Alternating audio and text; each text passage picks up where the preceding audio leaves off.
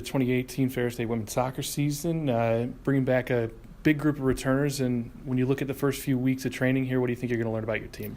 We're going to learn right away who we are. We open our preseason schedule on Wednesday. When we come back, we open the training on Monday, play on Wednesday. So right away, we're going to figure out who we are. We play Spring Arbor that first day, so it's gonna be tough. They just won the national championship in the NAIA, so we want to challenge ourselves, and that's one of the things that we want to do as a program, just challenge ourselves and figure out who we are. So right away we're gonna figure out who's gonna be playing where, and hopefully kids are gonna be fighting for spots, and we can figure out what that lineup's gonna look like for the home opener on August 31st. A lot of young players got a lot of significant minutes last year, and you took some really good teams in the country to the brink. You beat a couple of those really good teams as well. How excited are you for, the level that you expect your team to play at this season? Yeah, I think, last year we were fortunate to have those difficult games with a young group who didn't realize how difficult those games were.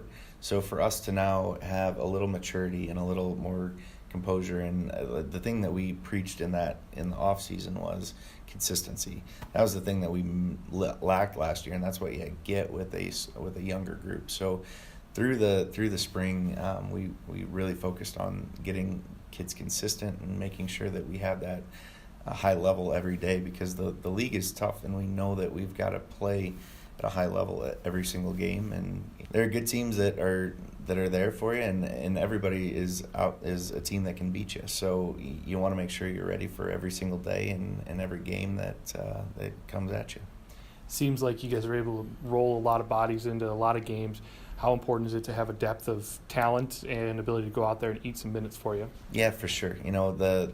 That's one of the things that we wanted to accomplish when we built our roster, and we grew it a little bit. And we wanted to make sure that, one, the group is as competitive as possible, and two, we wanted to make sure that we were able to roll through the roster and make sure that by the end of the season, kids weren't playing a full 18 games, but they were playing maybe 12 or 13 by the number of minutes that they were playing. So we could save legs for that postseason push. Unfortunately, last year we were knocked out early, but I think going forward we can make some strides and take to task what we wanted to accomplish. GLIAC schedule always challenging. What do you expect to see this season? Another competitive league. It's always really top heavy, and we want to make sure that we're at the top of that mix. So competitive teams all around. We've got obviously Grand Valley and Saginaw and Ashland are going to be at the top, and Michigan Tech's going to be good, and Davenport's always good, and we've got Parkside coming in, Purdue Northwest. The whole group is really good. So just it has to be a consistent performance day in, day out when you take on the league season.